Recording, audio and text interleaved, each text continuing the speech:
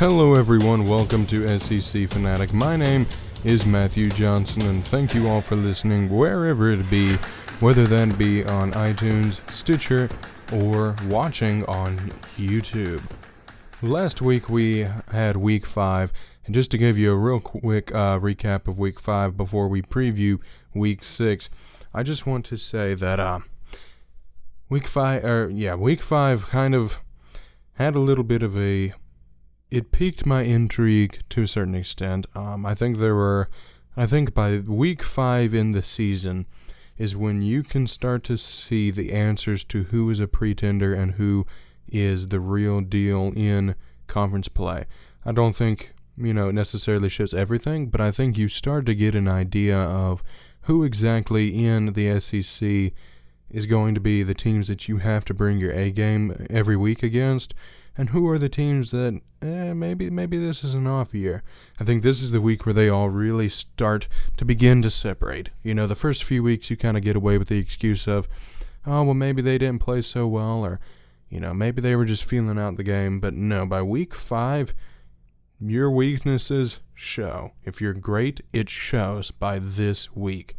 And so I thought that this was an interesting week, a good opportunity week for teams to separate themselves. Let's go ahead and run down some Week 5 scores. Alabama played Louisiana Lafayette, beat them very easily, 56-14. Arkansas and Texas A&M. Arkansas was able to fight back maybe a little more than some people expected, but Texas A&M still beat them by only a touchdown, though. So Arkansas really putting in the fight, maybe more so defensively than offensively, but still hanging in there, only by a touchdown against a Texas A&M team that did well against Clemson. Maybe that Clemson win isn't looking so great right now with them not winning too great against Syracuse, but I still think that's a good, solid effort from Arkansas. It's always disappointing when a team doesn't do well and then they kind of just give up. It's always nice to see when a team, maybe necessarily doesn't win a few games, but they're able to rebound and still putting in effort. And that's what I really appreciate out of what Arkansas did in this game. Georgia took care of Tennessee. I don't think people really expected it there. Head coach for Tennessee, Jeremy Pruitt, had a pretty emotional interview after that. You can tell that he cares about these players. It just may take him a couple seasons to actually get things turned around.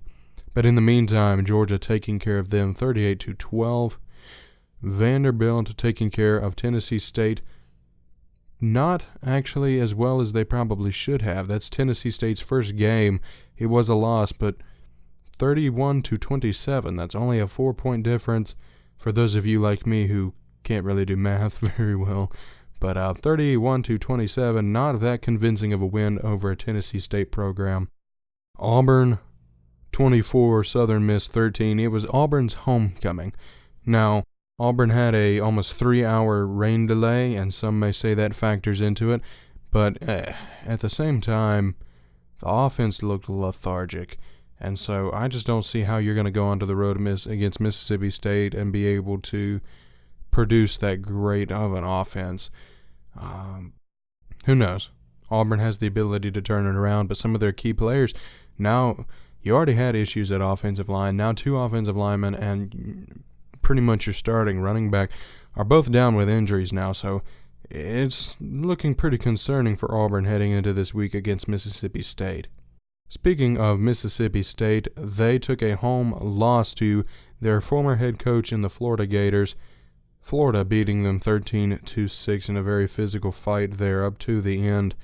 Kentucky, South Carolina, I'm going to get to that game in a moment because that's the big game for me out of this week. Or out of last week. LSU took care of Ole Miss 45-16. LSU is surprising me. I think they're surprising everyone by how good of a season that they are having and how dominant they are becoming.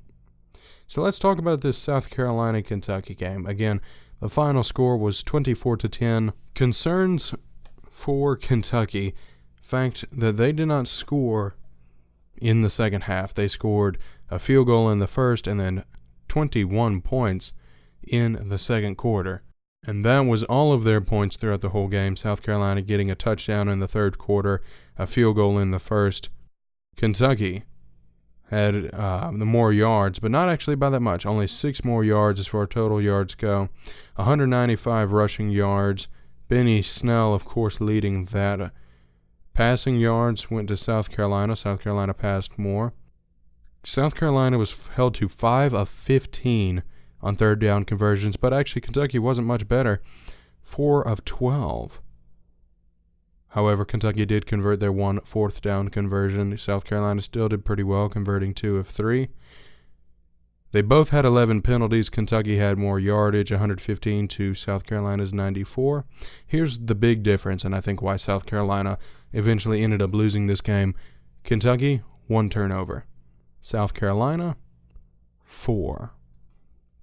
And I think that's the one statistic when you look at the statistic field where you see Kentucky really separating from South Carolina and getting that edge.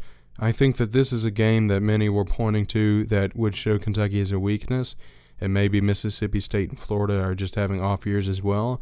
But I think this is a game where Kentucky came out and proved that they are a real deal. They're going to have to do it again this next week when they go to play Texas A&M in Texas A&M. It's going to be their first road test. It's going to be their first, well, not their first road test. It's going to be their biggest road test to date so far, in my opinion. Even though Texas A&M isn't ranked, I think they fought like a ranked team. And so I think that this is going to be a really key game. If Kentucky can win this, then everyone should watch out. They're probably going to be the second team in the SEC East. Everyone should watch out if Kentucky wins this game, regardless of how close it is, because this game really proves that Kentucky is the real deal.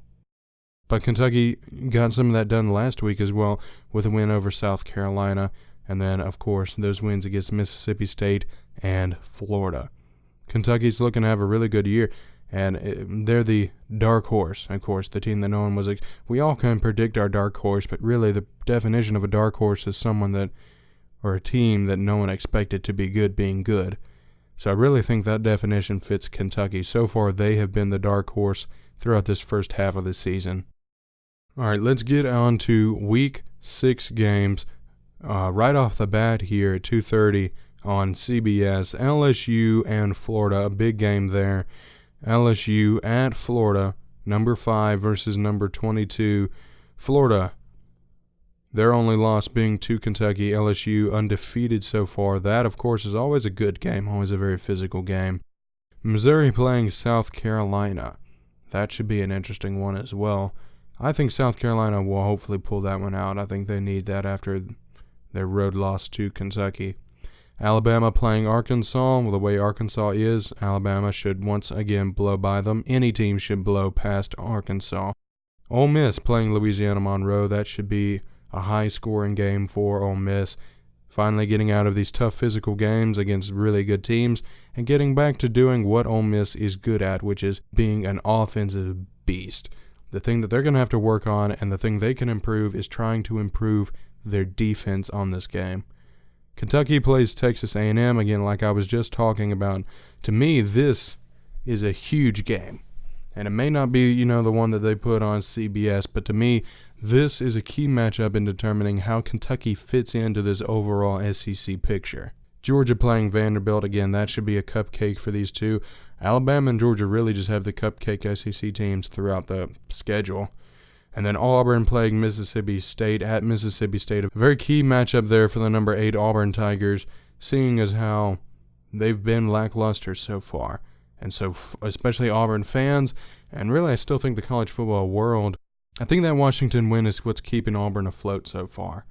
I think that this is something that Auburn has to come out and win. And Auburn has to come out here and win efficiently. Because, Florida beat them. Kentucky beat Florida. If you want to say that you are a contender in the SEC East, you as well need to beat Mississippi State. And you need to do it somewhat convincingly. And so this is a very key game that Auburn needs to perform well at. So the key matchups to watch out for this week, LSU, Florida, Kentucky, Texas A&M, and then if you're an Auburn fan, you definitely want to keep an eye on this Mississippi State game because it's really going to determine how the rest of your season goes. You can't take another loss and still expect to do well. So, this is a game where Auburn needs to take significant steps. Alright, thank you guys for listening. Again, this is SEC Fanatic. I'll see you all next week, and God bless.